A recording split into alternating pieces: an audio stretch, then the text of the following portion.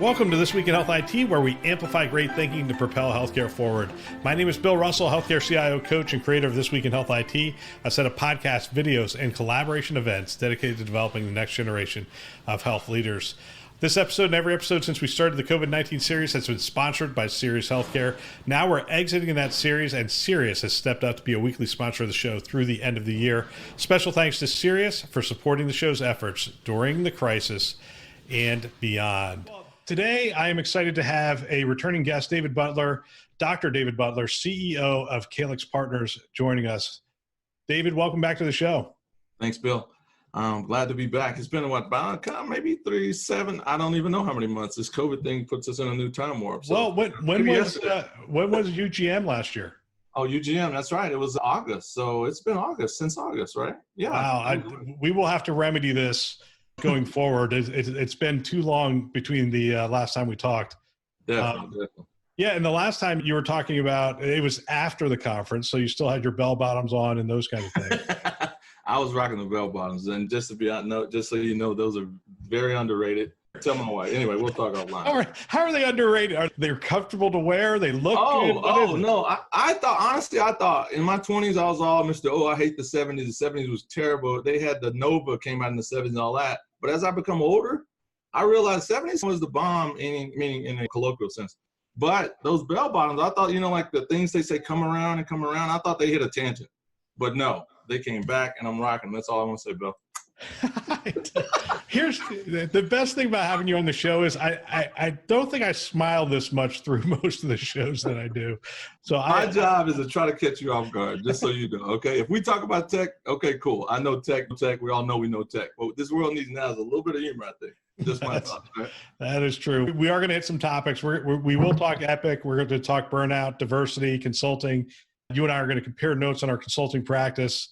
And maybe that'll help some consultants who are trying to figure this world out right now. But I want to start with Epic. You are one of my sources for what is going on at Epic these days. What's new at Epic? So what have you got for us? Epic. What's new at Epic? This was the first year that I actually did not attend the users group meeting in 17 years. Yeah, it's been 17 years. First time I didn't attend. It was virtual. A lot of things were going on, so I wasn't able to attend. Epic's tech, the telehealth boom, what they're doing with telehealth, everybody had to move into that space. Epic continues to double down. The things I keep hearing from clients that call me, they want to know more about, just keeping up with the every 3-month upgrade, every 3-month patches that Epic kind of requires now. I think that seems to be taxing those companies a little bit more than possibly they care for them to be taxing. I heard a bunch of people doubling up because of COVID. They doubled up and did essentially two patches this fall. And they seem to be going, that seems to be working. Is there any chance that people can start to take that kind of schedule as one every 6 months? Yeah, I think so. And Epic's really good about learning from their clients and listen to their clients, maybe not so much the other side of the industry. And that's just facts or whatever that is. So I think that's one thing that as the clients are doing and they're giving feedback what they can and can't do, I think that's what you see. I also know that Epic is also now, because of the telehealth boom, everything they're trying to get into end user training, remote end user training, because that's also a challenge of some organizations, training these new physicians coming out of residence or coming into their organization doing this thing, these classroom training sessions that we normally would have doctors do, 8 hours of training of this before you can get your password. Those are the things that are no longer acceptable. And converting a traditional trainer who knows classroom training to something virtual is really difficult, very daunting. And that's part of some services that I was offering called CREA, Concierge Remote EHR Assistance. The first thing is to make sure that folks that are traditional teachers, now they have to do it virtually. It's a lot to that. That's a big leap. So soft skills tend to be very important at that time. I'll just leave it at that. And not just the technology. Or when somebody raises their hand and say, why do you do this? Well, just do that. Or, bro, I have printing issues. That's not training inside that little virtual space. So there's a lot of things there, but I believe they're going to target that service. I think it's called end user, EEUS, end user training services. That these are services Epic is now starting to offer. So they seem to be diversifying some things as well. You think that's coming out of the Arch Collaborative, that they've seen how important training is and they're just beefing that stuff up? Absolutely. The Arch Collaborative is just, I think, invaluable to any organization that want to understand, like, what are what are the frontline users really feeling as far as the burn from the EHR, technology, and physician burnout, things like that. And we can talk about that.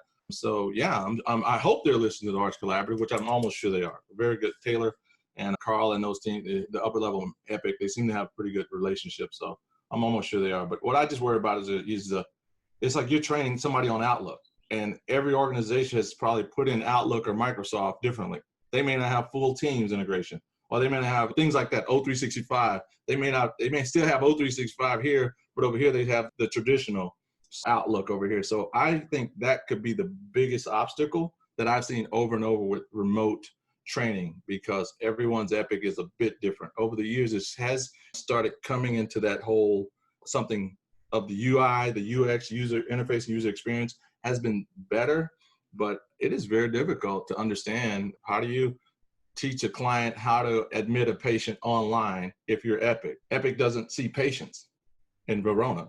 They make the software, they have the experience. So those are all processes that I know I've run into when trying to create services, and I'm pretty close to clients and all that. So those are things I'm sure they'll overcome, but right now I believe they're going to focus only for their foundation system folks who didn't change too much is what the word on the street is. Yeah. So recently, I think within the last 2 weeks, so Microsoft Teams integration into Epic. So that can be the front end video. I'm not sure where that fits, to be honest with you. I look at it and I go, Epic has a pretty good integration and front end, which when I saw it at first, people were making hay about it. And I'm like, it's interesting to me, but I don't know that if I'm deploying it. But here's the thing. I bought Epic, so I have their stuff, and I bought Microsoft Teams, so I have that as well. I don't know. Maybe there's something there in terms of I own the license. You know what? You're spot on. So I'm going to tell you a little story. It's going to take 1 minute. You cut me off when I get too long, and I like to tell stories. Okay. But in 2006, when I went from Geisinger Health Systems and took over a job at Texas Children's Hospital in Houston, and this is when I believe it was NetMeeting. Microsoft had NetMeeting, right? And the evolution from NetMeeting, that was a 50 megabyte download on a computer. It would always get jammed up, so you couldn't do it. So I've been in this space a long time, and that's when the GoToMeeting came out. It was clean, easy to use, and all that. But folks had already purchased Microsoft, so Microsoft's NetMeeting was a thing. I get to Texas Children, where I had over 180 physicians that I need to communicate with effectively about implementing Epic software going from paper to the pixels, I'll call it, right? Microsoft was a partner at Texas Children's, and I saw they had something called SharePoint. I would always hear about SharePoint at Epic's users groups when other clients were talking about how they implement it. They always talk about this thing called SharePoint, how they would put things on SharePoints and folks would collaborate. I didn't know what it really was until I got to Texas and I realized, oh my gosh, SharePoint is probably something we could use to collaborate internally, securely, right? Because it's just free, quote unquote, with Microsoft products. That's when I invited Microsoft to come in and help us because they were saying at the time, like, look, we don't want to just be Microsoft Word, Excel, this and that. We want to help. We want to make lemonade with you guys. Help us. We want to be able to something more than that. Great. You invite them in. I say, okay, there's something called Zinx Health. You may remember Zinx Health, the order set. They create order sets and all that. And the biggest challenge was you can create them online, but they couldn't import in to Epic. And also physicians weren't always going out there and updating and things like that. Long story short, invited Microsoft in to say, hey, this is what we're trying to do. We're trying to create something where before we go live 6 months, the physicians can collaborate and create order sets, vote on things, and just on a site that's asynchronous, right? And overall, we worked a long time, but it just didn't work. And I think at the time it's because they didn't have a healthcare vertical. Now, good to Bon Secours, 4 years later, when I get there, same thing. Now they moved from communicator, office communicator for presence indication to something called Link. Right? Link was their presence indicator.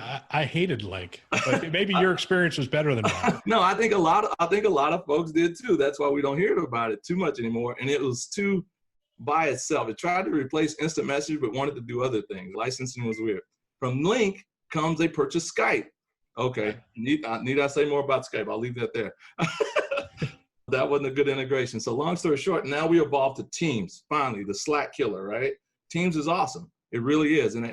But during that whole time I described, that was a 10-year period till we get the Teams integration this year.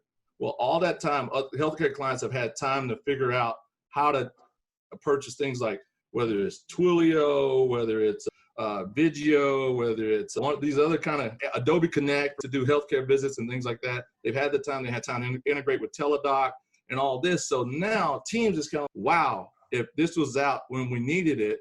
So I think they're behind the curve a little bit. So they're gonna have to catch up. But I do see is some clients that may not be able to afford it, or if it works seamlessly, then they could replace something that they may have purchased. But I just don't feel like clients have that. I don't feel like clients have that the luxury right now to start playing. Here's my view of Microsoft. Somebody asked me. I made the point that Microsoft's a big healthcare player, and they're going to continue to be a big healthcare player. And one of the people said, "Oh yeah, what about Amalga?"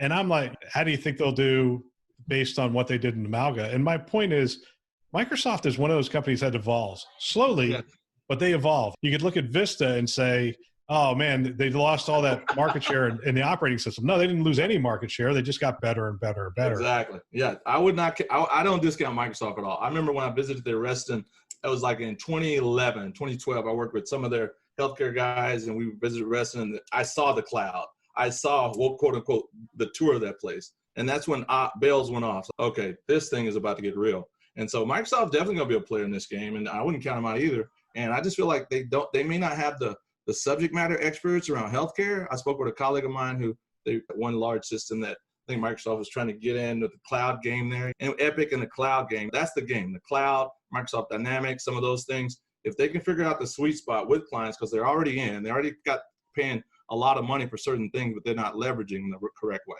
I feel like that's what they're maybe missing, is understanding how healthcare systems work so that they can then deliver the right packaged up tools together.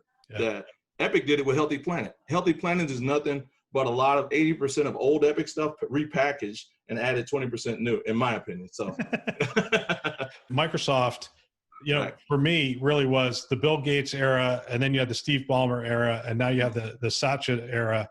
And they're really three different companies. And this company that Satya's leading is very responsive and doing some really really interesting things. And by the way, we had a podcast guest from Cone Health on, and they talked about, they did failover for a full week on Epic on Azure. And I think they're one of the first ones to do that. And so that tells us that it is possible to run it on Azure. It tells us, and I asked him about performance. All right, so you went from on-prem to Azure. How did your physicians experience that? And he goes, they didn't know. It was fine. And I'm like, that is the biggest compliment you can ever hear from a physician around technology. If they don't know, they do their job, beautiful. Yeah, that naturally gets us into the next conversation, which is burnout. And I'll just start with scale of 1 to 10. How are we doing? 10 being physicians are still completely fried. 1 being, hey, we've gotten to where we need to get to. I think they're around it. I think it probably ratcheted up 2 points. Whatever their score was before COVID, you ratchet that up 2 points. So COVID itself, that's an important distinction. There's a COVID factor that increased, it increased my stress level, probably increased yours by 2 points just across the board. Mm-hmm. But how much are we getting better with technology at this point with regard to the physician burnout? I think we are, but what we're still not good at, we still haven't gotten great at, is the integration of technology in the right workflow. We were barely doing that when we were in clinic settings. And right now I'm going to focus on the ambulatory primary care type providers. These are the doctors that went into medicine, see patients, look at you in the eye, examine the bellies and all that. This was my practice. I loved it. And if you were to say, hey, you can work from home 1 or 2 weeks remotely, I'm like, oh, cool, that'd be awesome. Okay, but you're going in your 5th and 6th months because, okay, those are the ones that I worry about, to be quite honest. And these are my colleagues that I talk to all week. When I talk to them, like, man, this is crazy. They actually may turn me into a telehealth doc. I want to physically see patients. I want to interact. That whole emotional intelligence and emotional thing that goes with being a provider. Some people, like some folks, some types of physician, they're perfect where they're okay with delivering care that way, and it's great, and they do great jobs. But other physicians, I think it adds a little bit like a extra process, kind of like on your Mac, when all of a sudden you're like, well, why am I at 50% battery life and it's only 10 o'clock a.m.?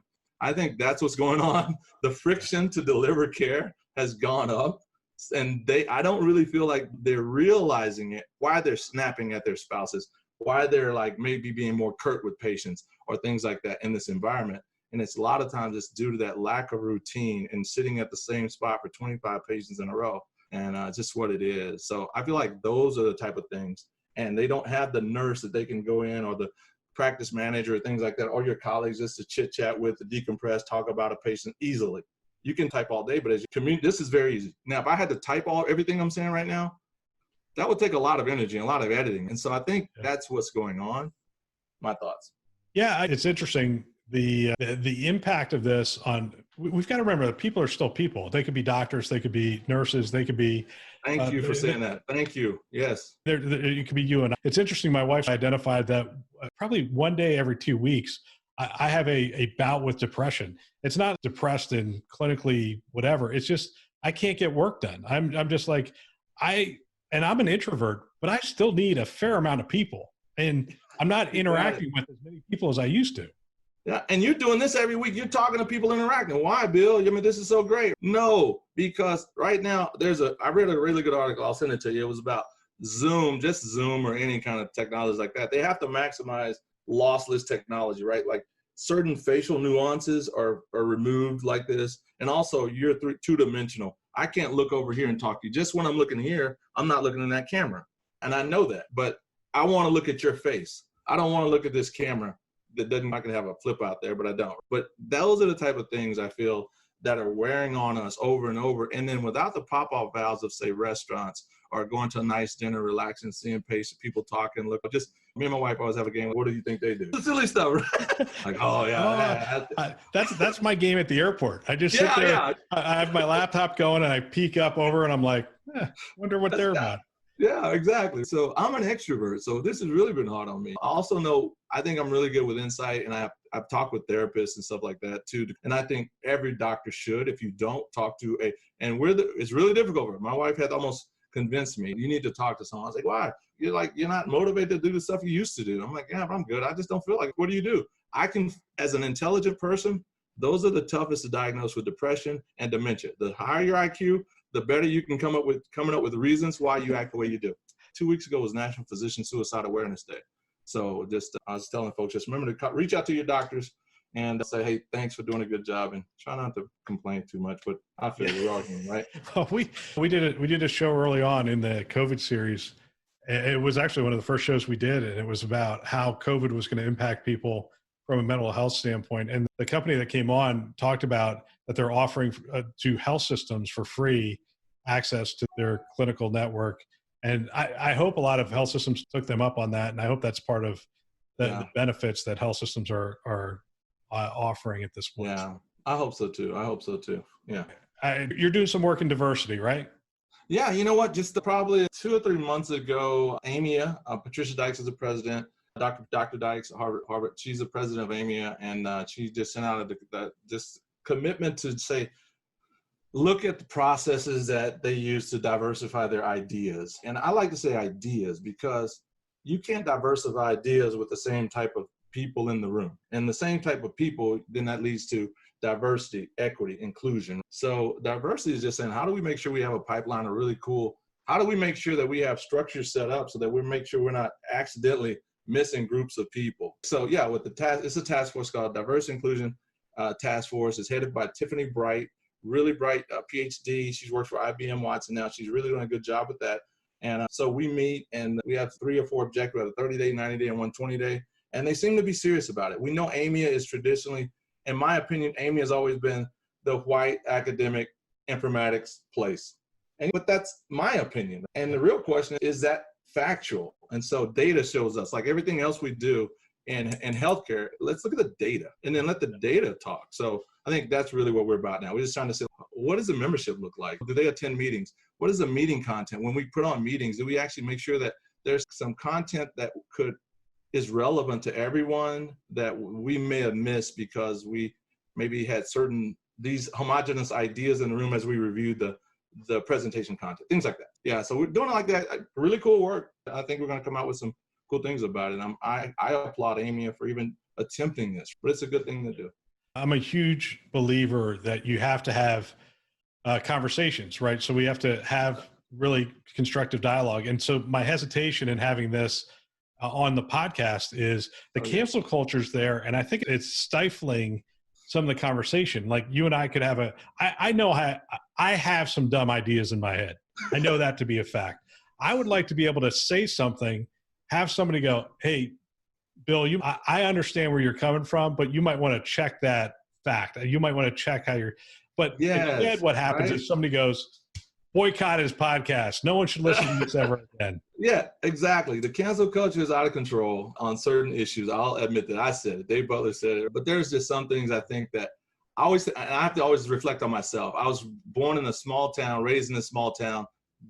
Vacation was a time of year, not a location. Okay, I'm going to say that again. Okay, vacation was a time of year, was summer. I grew up very country, small town Texas, like 30 miles from Waco, 60 miles from College Station, an hour and a half from Dallas. The mere fact I have to say Waco and no one knows where Waco is, that tells you how small it is. Now they know where Waco is because of Chip and Diane. And my daughter goes to Baylor, so yes. Baylor, yeah. So yeah, Baylor Bears, that was the team we rooted for. And then A&M, I went to Texas A&M, so goodbye, Baylor. Sorry, Bill.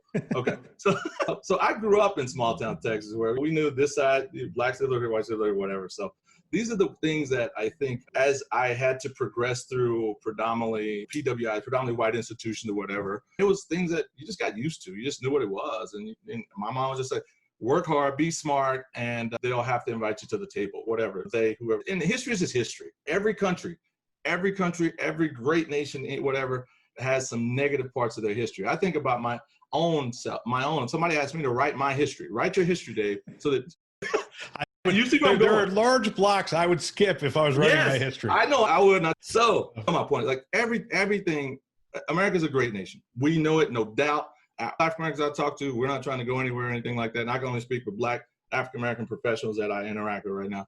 We're all very proud of this country. But we also, as a race, we just had to also identify our own history so that we could avoid it. And so it's almost like the saying, whatever you love, you should be able to criticize. You should be able to have constructive conversations about, right, in a safe way. But right now, I think it's that framework of safe conversation is a bit disruptive or has been made to be political. And it's not, because what I know is like for every silly Facebook post that I see from some of my friends from undergrad or wherever, I know that when I talk to them, if I see them in person, we could totally have a beer. Yeah. Like individually, we are cool, we're great, but when the herd mentality takes over, it's laughable. And I think that's the human nature, though. I think tribalism and all these books have come out on this stuff. And I think it's as simple, but as complicated as that. This is a human issue. Yeah, I grew up in a steel town, and I grew up on the working side of that.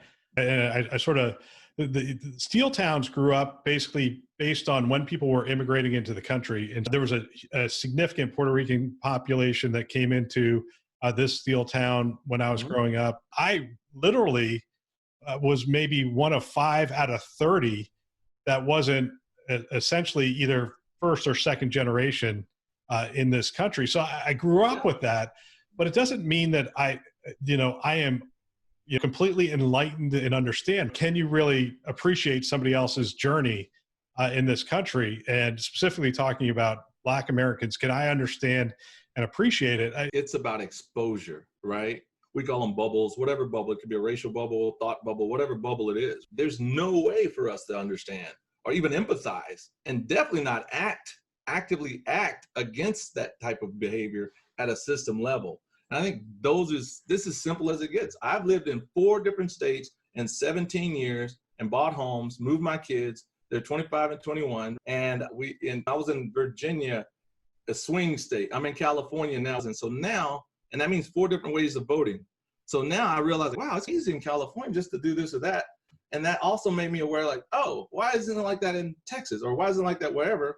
But also see things that is terrible here, right? I'm like, they need to be more like Texas, or this needs to be more like Virginia or Pennsylvania. You see, it's that exposure. And without that exposure, I wouldn't have the diversity of ideas or to be able to reflect back on things that were good about certain organizations. We'll use that, leave the rest, like that. And so I think me and you consulting, when you speak with all these folks on this web, man, you are just, wow. I can imagine the amount of ideas and new ideas, or like someone says this, you can bring them together and synthesize it in the way that no one else could, because they may have just been over here, whatever. So that's just my thoughts. That I will echo. Diversity of thought has been amazing. Having done 300 some odd podcasts, talking to some just phenomenal leaders like yourself, just over time, I jokingly, from time to time, I tell people jokingly that this podcast is, I should just rename it The Education of Bill Russell. And that's awesome that you're that, what's the word? Self-deprecating, I'll say, but that's a sign of empathy, and that's beautiful. So I love your podcast. Well, what's the productive next step around diversity? And let's talk specifically around healthcare and healthcare IT. So if I'm a CIO or a CMIO and I have a group of people and I want to push the envelope a little bit here. I want to have diversity of thought. I want to maybe swap up what our executive leadership team it looks like within health IT. Mm-hmm. What are some productive next steps?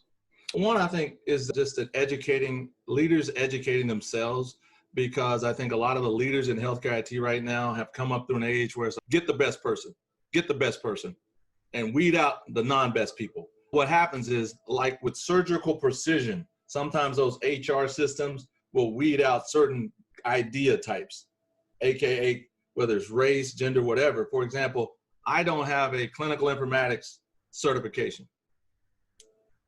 Now, if you're only looking for someone with a clinical informatics certification because your HR system has a checkbox, I'm not going to get in that group. Now, I don't know the percentage of African-American males like me that have one or don't have one, but statistically, informatics has been a certain type of demographic. So I think it's making sure that as a leader, you just question what you never had to question before, to make sure your teams have a diverse set of ideas, and that you don't let HR and you don't let certain HR say, we just couldn't find any qualified candidates. The real question is, did you look at traditionally HBCUs, historically Black college universities? They pump out some really smart folks, and Google knows this. Do you really have to have a college degree for this position? Google knows this. Like 15% of Google's employees they don't have a bachelor's degree, but they have some really wicked certifications and can do the job. So I think it's really a paradigm shift in the way we always used to think. If you're really trying to get a diverse set of ideas or people, and have that one person in the room that may not be afraid to raise their hand and say, but why would we do that? That looks like this or that, right? Should your diversity mix look like your community? Because I'm just wondering, because in Southern California, it was a third Hispanic speaking, it was a third Asian, and then other really was the other category. Should I be looking for, if now I move and become the CIO in Iowa, am I worried about Asian, or am I trying to match really what my community looks like? You know what? I think it's two answers to that. The question is, who are you serving? One, and this, I'm going to approach this business. I'm going to put on a financial hat. The question is, who is your audience that you are serving? And what you know is that audience may need, for example, so who is your customer base? And also, where are you getting your funding from? It's about money sometimes. A lot of times, business-wise, that's money. If the money is coming traditionally from the 13%, the diverse population, if you look and realize, wow, we have some pretty diverse patient mix in this system. The question is, how does our staff look so that those patient mixes can be comfortable or they can relate to those staff members? For example, nursing. If a large part of your nursing is, let's say, African-American, but you're in a predominantly Asian neighborhood, and the real question is like, where are Asian nurses being trained?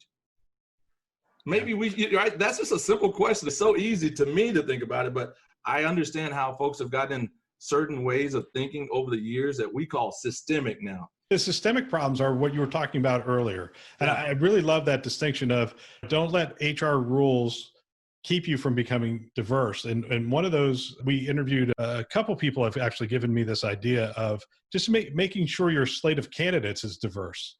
So looking at your recruiting firms and looking at HR and saying, look, I want at least this many female candidates, at least this many culturally diverse candidates, Black candidates, so depending on what you're trying to do within your market, and really putting them back to work and saying, instead of letting them get away with, look, these are the people who applied. No, that's not good enough. That's not good enough. Exactly. Yeah. And I think over the years, I've applied for so many jobs that I did not get. I have more jobs I didn't get, Bill. CMIO position, I didn't get promoted here, there, whatever. I could go all day on that, but I choose not to focus on that. I got a pretty good idea of maybe what happened. Maybe I was just a loudmouth. Maybe they felt like, he's all over the place. Whatever. I blame myself a lot. Just move on. Personality. I don't know. And I can't prove it. And nor do I have the time to go back and try to prove it. So I move on. But what I do know is that they make mistakes by not hiring me, I feel, because, wow, they said they want to innovate, they want to think different. But then the candidate that went in is like, that's pretty traditional. That's all. You get it? And I don't feel that a lot of these healthcare institutions, whether in healthcare, whatever, when they're looking at informatics talent, I'm not quite sure if they know how to. Yeah, but I will tell you, the first thing they ask is, what's important to you? That really comes down to the health system. If the health system says, look, we're looking for a culturally diverse group of candidates, they'll get it.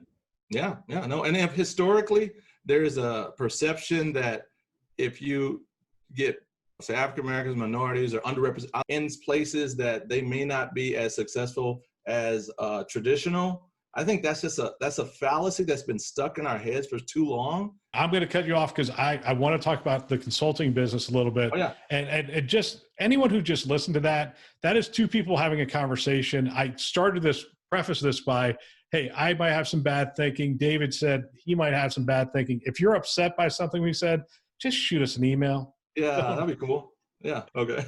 All right. So let's hit consulting. And we don't have much time left on this. COVID's changed everything in terms of how we do business and how we interact.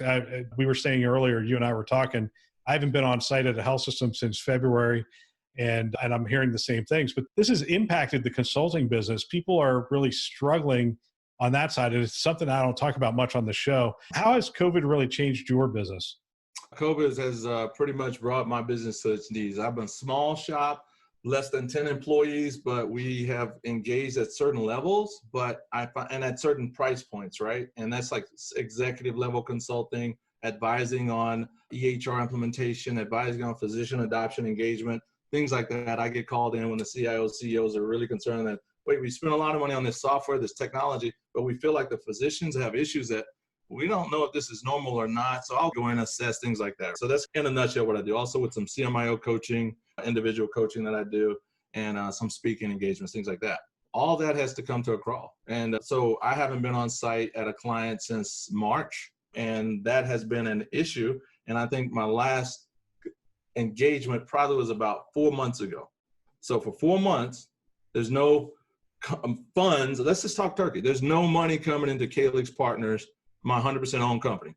Yep. Now, the real question is, do I go ahead and panic right now, or do I tap into my rainy day funds that I made sure that were available in my 100% owned company? And so I think that's what I decided, because the environment was so weird and it's hard to predict where it's going to go. Investing a lot of time in the things that worked last year, I didn't feel like clients, and they had the clients that healthcare delivery systems, cash went really low when they had to cancel all elective surgeries and things like that. They let all consultants go, most of them. They stopped a lot of epic implementations right in the tracks. And the cost of stopping some of these implementations up to $2 million a month, just what it is. It could be really expensive, but that was a decision that was made. And so what I didn't want to do, and I think consultants probably shouldn't do, is try to continue to push your healthcare network, healthcare clients network, then they're going through so much things within their healthcare network. You don't want to badger these CIOs. You don't want to badger these CMIOs. And if I can coast on, as they say in Star Trek, if I can coast on impulse power, remember Star Trek, Bill? I got you on that one. I got you. Yeah. I just called down to Scotty, let's go on impulse power a little bit. Let's just coast this out. That's what we're doing. And that's just what I see makes sense. Other people are not. And so I'm not judging anyone if they have to continue to hit the grind and do what you got to do. Because I'll work at wherever to provide for my family. So that's just generalization statements on things. What are you saying, Bill? Yeah, it's interesting. Sales is the lifeblood for any consulting practice, and it really is hard at this point. Mm-hmm. One of the things I'm telling people is focus in on your existing clients. Yep. People are like, I need new clients. Now is not the time to try to cold call anyone. Yeah, especially in healthcare, they're just too busy. Mm-hmm. And so it's maintain the relationships with the people you already have. Give them a call. Hey, how are things going? People that'll take your phone call are the people you should be calling right now. Yeah. And I'm calling my network just to check in on them, while they're texting me, hey, Dave, how's it going? It's going great. I'm doing fine. How are you? Everything's crazy inside this healthcare system. I can't believe we're doing this. I can't believe we got to buy this software. I can't believe our executives do like that. So now's not time. Oh, by the way, can you put me on? No. Yeah. I'm actually literally want to know how they're doing. And the long game is, all this is going to come around. Yep. And every conversation, you should be adding value. You should be providing that, hey, I read something. Hey, look, if you have time, you should be reading like crazy. I read for about an hour and a half, 2 hours a day. Definitely. And so when people call me and say, hey, what's new? I'm like, on what topic would you like to talk about? Exactly. Yeah. I've revamped my resume because I realized as I looked at it, wow, that was pretty rookie. And not rookie, but I just didn't have time to keep touching the resume. It was not adding the value because I was getting business. But now I finally have time to, let me relook at my res to make sure I actively reflect things on there that I've done. And I realized there was a lot of gaps in there. And I'm like, I've done that before. We didn't call it that. We call it this at the time, right? So just updating with the new terms. LinkedIn. I'm about to update my LinkedIn now, copy and paste some of those things from my resume over to LinkedIn. That makes sense. I've now rebranded my business a little bit where the Calyx is more about Dave now. It's more Dave branding, right? Because I realized over 4 years, they want me a lot of times. And once I'm in, they say, hey, Dave, do you know someone? Sure, this company can do that. Sure, that company can do that. Or yeah. So I think those are the things that I'm preparing for the next wave of this. And I think that's smart business in general, investing in yourself, learning how to do podcasts, learning how to do lighting, stuff like that. These are things I just felt like this could last a while. Even if it doesn't, this still is going to be around. Yeah. I tell you, the other thing is you got to put yourself in their place. One of the things I did early on was I offered free consulting, especially during COVID. I do coaching. If somebody wants coaching during COVID, I'm willing to do it for free for a period of time. I saw that. That was huge. You're doing your part, right? That's all. And quite frankly, it's not that hard. It started, one of those led to a client, and we started off as, hey, what are you seeing in the industry? What he appreciated was during COVID, I was doing an interview a day. And so I was able to say, hey, this health system did this one, did this one, did this. And he had, direct access to me to have those conversations. Yes, and then over time, he was like, hey, can you put me in touch with that person? I'm like, yeah, probably. Exactly. And so you're constantly adding value. Put yourself in their space. They may not have money for you today, but if you're adding value today, they'll probably have money for you next year. That's it. I always say it's always a long game. And any company, all companies right now should be preparing for a long game, not just the first down and don't think about the end zone, right? I'm always thinking about the end zone. You got to have your tactics. My tactics right now is just to rebrand, revamp some things, make it image branding, stuff like that. I just never had time for while I was so busy doing the work. And now I've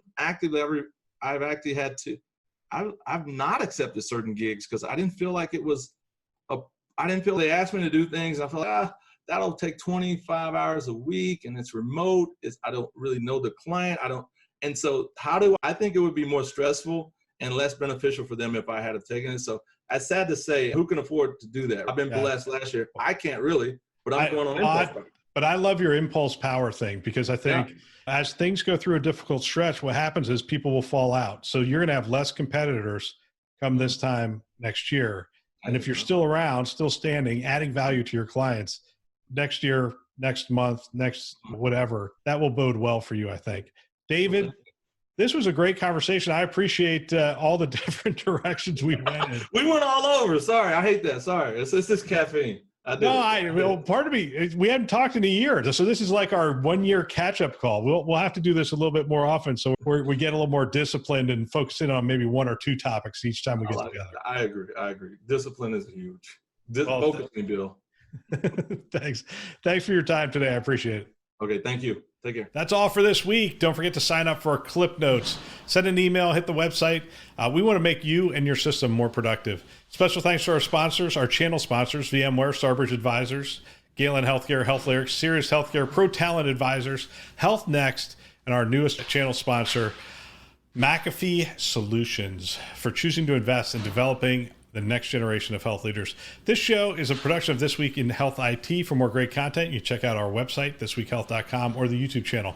If you want to support the show, the best way to do that, share it with a peer. In fact, sign up for clip notes, get those emails, send them on to your team members, peers within the industry, and let them know things that you have been getting value out of.